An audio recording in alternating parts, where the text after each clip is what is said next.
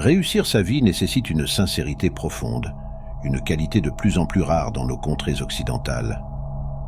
Les sociétés de consommation trahissent quotidiennement cette authenticité. Le consumérisme et le matérialisme gangrènent nos sociétés, répandant leur obsession de l'argent et des biens comme une maladie. Être authentique, c'est retrouver notre essence unique en tant qu'êtres humains. Dans les domaines de la direction et de la gestion, cela implique de rejeter l'hypocrisie et le mensonge, mots devenus emblématiques des sociétés prétendument développées. Plus que tout, comme l'ont souligné les sages taoïstes, cela suppose de refuser le langage codé qui prévaut aujourd'hui, cette répugnante rectitude politique et cette nocive pensée dominante qui nous aveugle. Être authentique, c'est redonner aux mots leur véritable signification. Le terme « authentique », dérivé du latin « authenticus », suggère de penser à ce qui rend chacun de nous exceptionnel. En grec, « authentikos » signifie « dont le pouvoir, l'autorité sont inattaquables », incitant à réfléchir aux qualités requises par ceux qui assument d'importantes responsabilités. Ce mot provient de « autante », auteur responsable, notamment d'un meurtre, et authentitia, autorité. Il résulte donc de l'union de auto et de ante, qui réalise, qui accomplit. Un anthropologue chinois éminent a écrit que la religion chinoise reflète le paysage social de ses adeptes. Il y a autant de significations qu'il y a de points de vue. Le taoïsme est compris et pratiqué de nombreuses manières, chacune reflétant la situation historique, sociale ou personnelle de ses adeptes. En effet, de nombreuses personnes gaspillent leurs efforts en essayant d'améliorer leur vie avec des résultats médiocres. Elles acquièrent des connaissances et poursuivent des choses extérieures, épuisant ainsi leur corps et surchargeant leur esprit, pour finir par être mécontentes. Les taoïstes ont observé que les êtres humains ont tendance à agir de manière contre-productive. Et dans leur tentative de modifier le cours naturel de leur propre vie, ils ne font qu'aggraver les choses, en creuser les déficits et en se heurtant à des impasses. Selon les anciens sages taoïstes, nous devrions nous débarrasser de toutes ces aspirations, règles, éthiques, valeurs qui ont certainement inventé pour embarrasser l'humanité.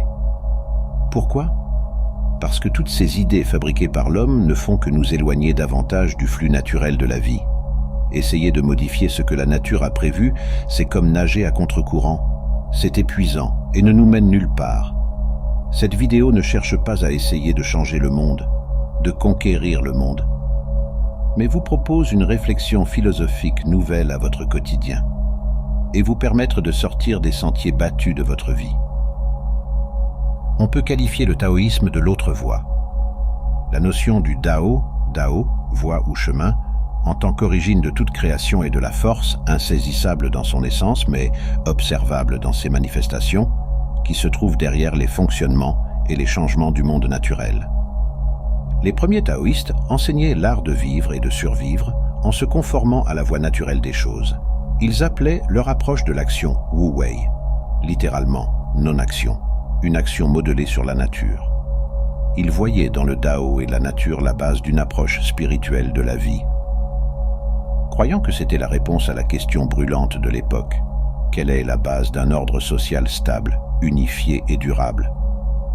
Il disait que l'ordre et l'harmonie de la nature étaient bien plus stables et durables que le pouvoir de l'État ou les institutions civilisées construites par l'apprentissage humain.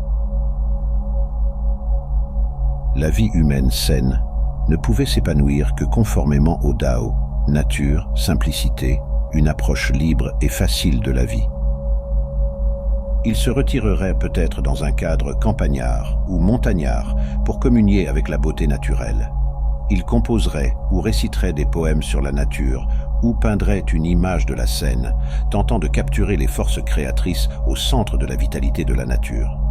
Ils partageraient peut-être leur sortie avec des amis ou plus rarement, un conjoint, en buvant un peu de vin et en profitant des feuilles d'automne ou de la lune.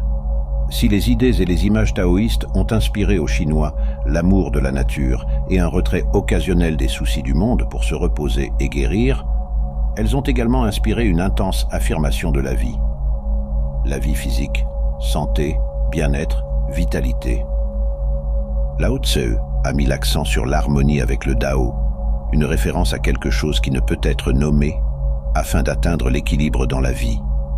Pour faciliter ce processus, Lao Tse a enseigné à ses disciples les concepts de non-action appelés Wu Wei et d'ombre et de lumière connus sous le nom de Yin-Yang. Le Wu Wei, un principe fondamental du taoïsme, peut être compris comme l'action sans action ou l'effort sans effort. C'est un concept qui incite à agir de manière naturelle, en alignement avec le flux naturel de la vie, plutôt que de résister ou de forcer les choses. Imaginez-vous dans un ruisseau. Si vous essayez de nager contre le courant, vous vous fatiguerez rapidement et votre progression sera difficile. Le Wu Wei suggère plutôt de se laisser porter par le courant, de s'adapter au contour du lit du ruisseau. Cela ne signifie pas l'inaction, mais plutôt une action fluide, sans effort excessif. Le principe du Wu Wei met l'accent sur la spontanéité et l'harmonie avec le Tao, la voie universelle.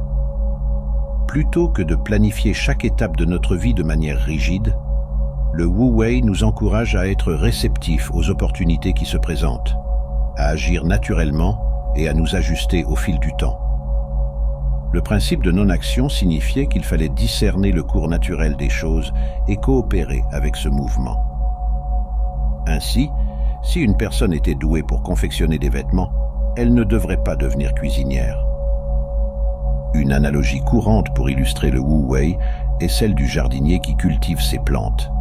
Plutôt que de tirer sur chaque pousse pour la faire pousser plus vite, le jardinier crée les conditions appropriées, donne de l'eau et de la lumière, puis laisse la plante se développer naturellement. En pratique, le Wu Wei nous invite à trouver l'équilibre entre l'action et la non-action, à accepter les circonstances telles qu'elles sont, et à travailler avec la réalité plutôt que de lutter contre elle.